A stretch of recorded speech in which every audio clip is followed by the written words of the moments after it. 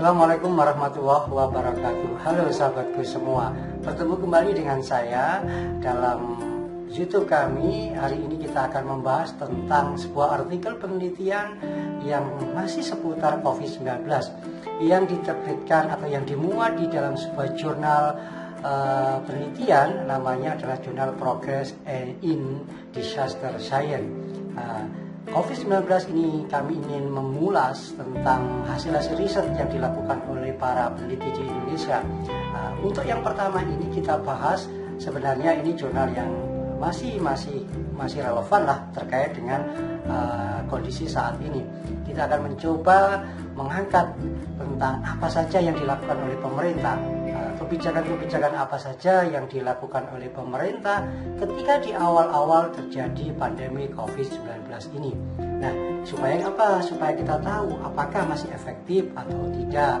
Ini yang perlu kita pahami semua kepada teman-teman semua, kalian sekalian, untuk supaya kita sama-sama menelaah, mengevaluasi kebijakan tersebut.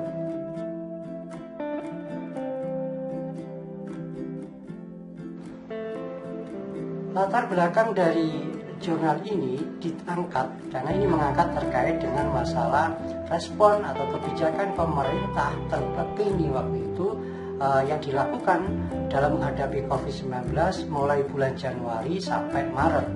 Nah, tentu diangkatnya riset ini tentu berawal dari problem yang terjadi pada saat itu.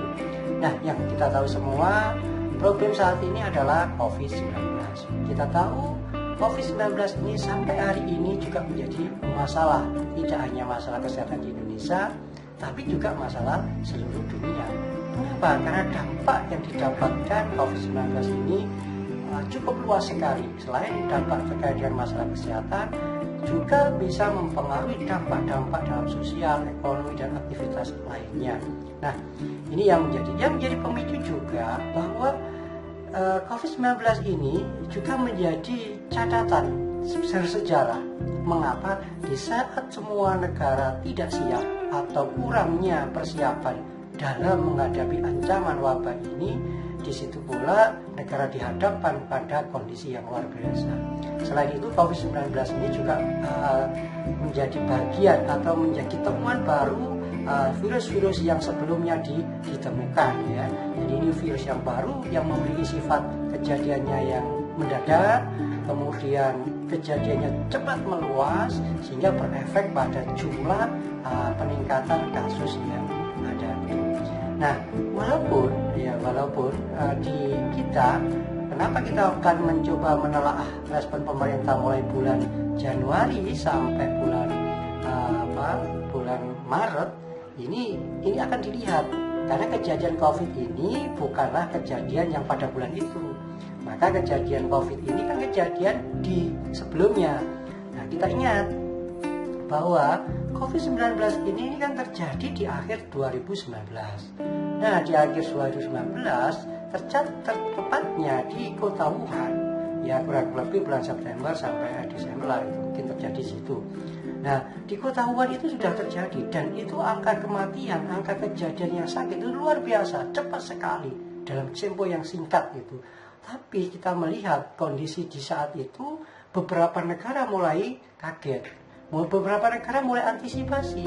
Namun pada saat bulan-bulan itu di Indonesia masih adem ayem, di Indonesia masih dianggap tak mungkin lah bahwa COVID-19 itu bisa masuk ke Indonesia. Berbagai alasan, mulai dari kondisi wilayah, geografisnya, iklimnya, dan seterusnya. Ada yang berasumsi bahwa Indonesia ini kan wilayah tropis, ya, garis khatulistiwa, kemudian panas, dan seterusnya. Maka virus itu akan terbunuh dengan kondisi cuaca, kondisi dengan lingkungan di situ. Sehingga apalagi orang Indonesia juga sudah kebal-kebal dan seterusnya. Maka pada saat itu mungkin tidak dianggap apa-apa. Cuman ketika pada saat di Wuhan ada beberapa negara, beberapa mahasiswa yang kuliah di sana, ada pekerja dan seterusnya, mulai tervisulir, barulah orang-orang pemerintah Indonesia mulai tersentak. Bagaimana ya mengatasi orang-orang Indonesia agar keluar dari sana? Diambillah orang-orang, dievakuasilah orang warga negara kita termasuk mahasiswa ke Indonesia. besar. Itu waktu masih belum menjadi kebijakan khusus. Sehingga perjalanan luar negeri, Indonesia ke Cina, kemanapun di luar negeri masih aman-aman saja pada bulan-bulan Desember dan seterusnya, termasuk bulan Januari di situ. Nah, ketika Wuhan pada saat itu melakukan kegiatan, nah sampai mulai Desember, kemudian meredalah supaya pengendaliannya sampai Februari, dia mampu mencoba mengendalikan. Ketika Wuhan mulai berangsur-angsur mulai pulih, mulailah di Indonesia muncul kasus-kasus baru. Walaupun di awalnya terjadi konflik antara iya atau tidak, antara benar atau tidak bahwa kasus itu akan terjadi di Indonesia. Inilah yang menjadi problem mengapa kita harus melakukan kajian riset terkait dengan masalah penanganan. Kenapa? Kebijakan awal, kebijakan lebih cepat, lebih tepat itu akan berefek pada ketepatan untuk mengatasi problem kesehatan masyarakat, karena meluasnya itu. Nah, kemudian problem selanjutnya yang mungkin sebagai alasan mengapa ini diangkat riset ini, problem selanjutnya adalah bahwa Indonesia ini kan negara dengan bunga populasi yang terbesar, mungkin kurang lebih ya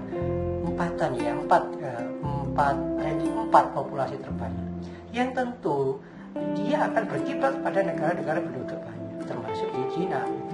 Nah, tentu Indonesia tidak bisa dibandingkan dengan beberapa negara yang jumlah penduduknya kecil, yang sebenarnya mudah pengendaliannya, mudah mengatasinya. Namun, dibandingkan dengan beberapa negara yang kecil saja, penanganannya, keseriusan di dalam mengatasi masalah itu, kecepatannya jauh lebih cepat. Kalau saya mengamati waktu awal-awal itu adalah beberapa negara itu sudah all out di dalam melakukan kegiatan itu sebelum antisipasi kejadian tersebut. Nah, karena Indonesia berbeda, jumlah penduduknya banyak, secara demografi, belum lagi negara kepulauan, belum lagi dengan latar belakang budaya yang macam-macam, sehingga inilah yang nanti kemungkinan akan berdampak terkait dengan apa yang disebut dengan batas akhir daripada teratasinya era pandemi COVID-19 ini.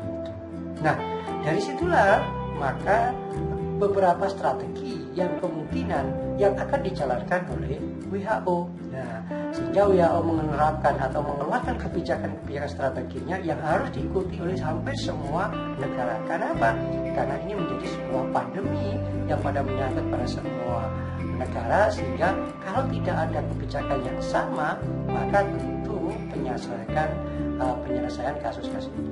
Dan dari situlah mengapa penelitian ini dilakukan, ya tentunya adalah untuk memberikan informasi, memberikan penjelasan, memberikan gambaran kira-kira apa saja yang dilakukan oleh pemerintah di dalam mengatasi kebijakannya, khususnya mengatasi COVID-19 ini yang terjadi pada bulan Januari sampai Maret.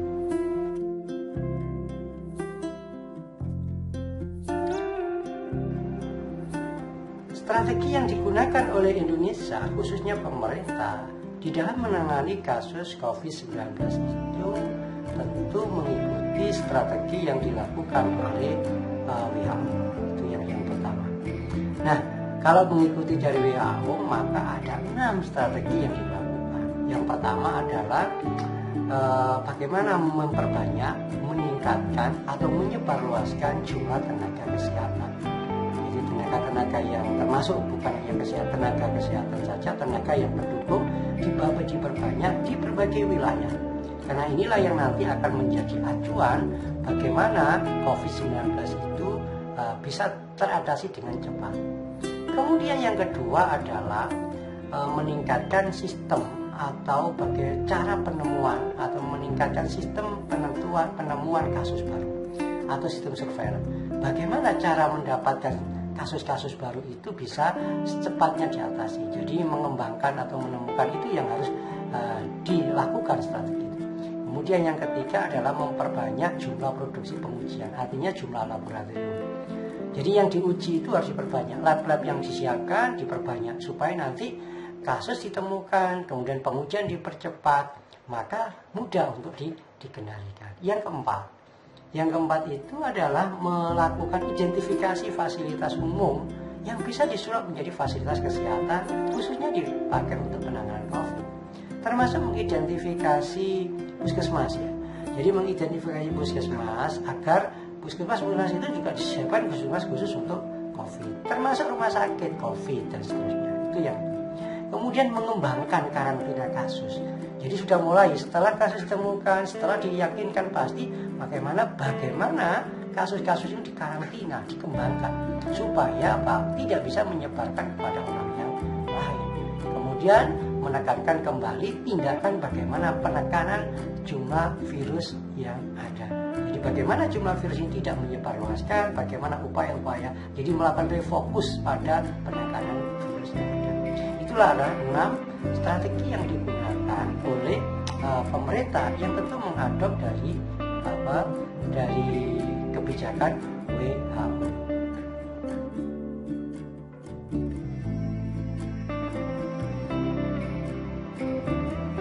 Lalu hasil riset apa saja yang ditemukan kebijakan pemerintah atau respon pemerintah terkait dengan COVID-19 mulai bulan Januari sampai bulan Maret?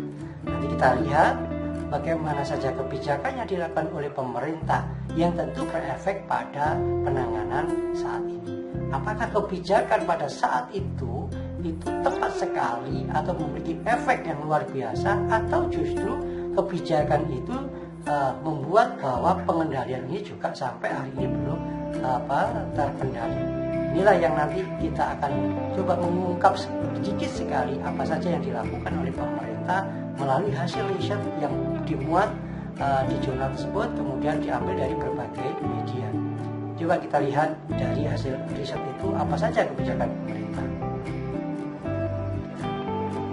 Yang pertama adalah pada bulan Februari, 4 Februari di situ, kebijakan pertama yang dilakukan oleh Menteri Kesehatan itu adalah melakukan deklarasi terkait dengan adanya COVID-19 ini, ada jenis virus yang baru.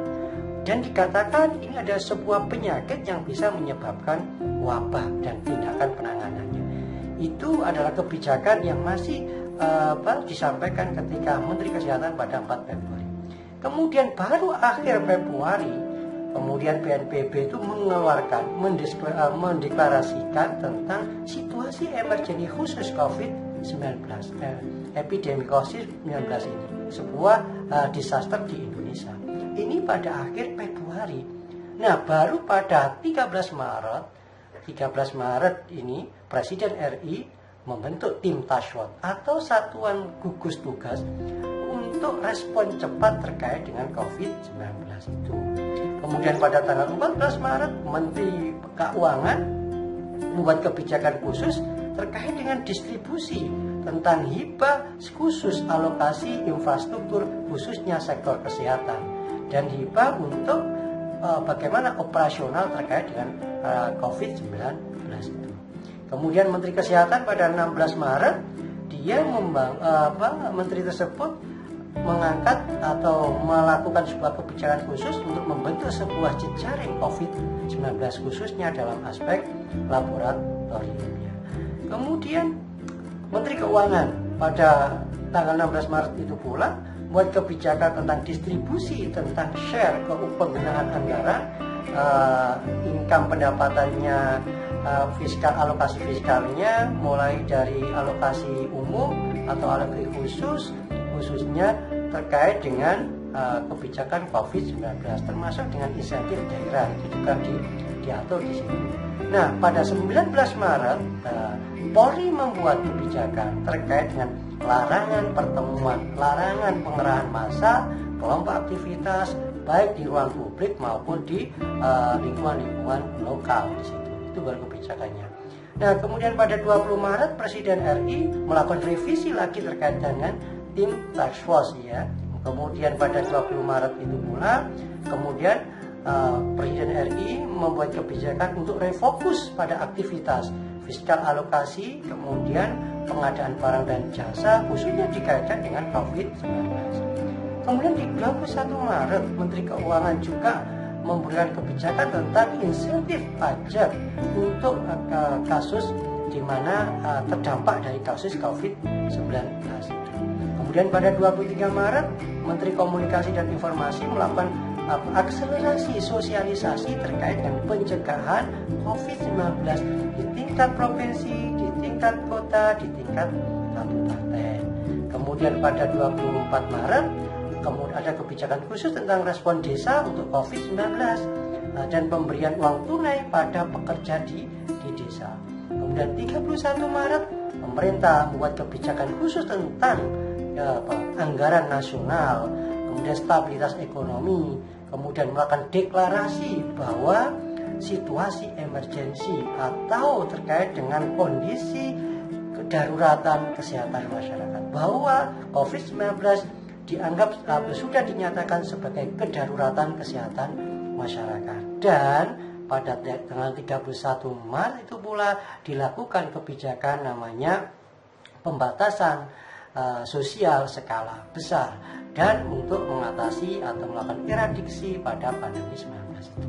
Itulah kebijakan-kebijakan pemerintah yang barangkali sudah dilakukan mulai praktisnya adalah Februari sampai Maret. Pertanyaannya adalah ketika kasus yang selama akhir 2019 itu terjadi, maka kebijakan-kebijakan terkait tentang sistem penularan, proses transmisi dan seterusnya, khususnya perjalanan dalam dan luar negeri, sampai awal-awal itu tidak ada kebijakan. Nah, kebijakan itu baru dimulai 27 Maret sampai yang terakhir tadi pembatasan sosial skala besar itu.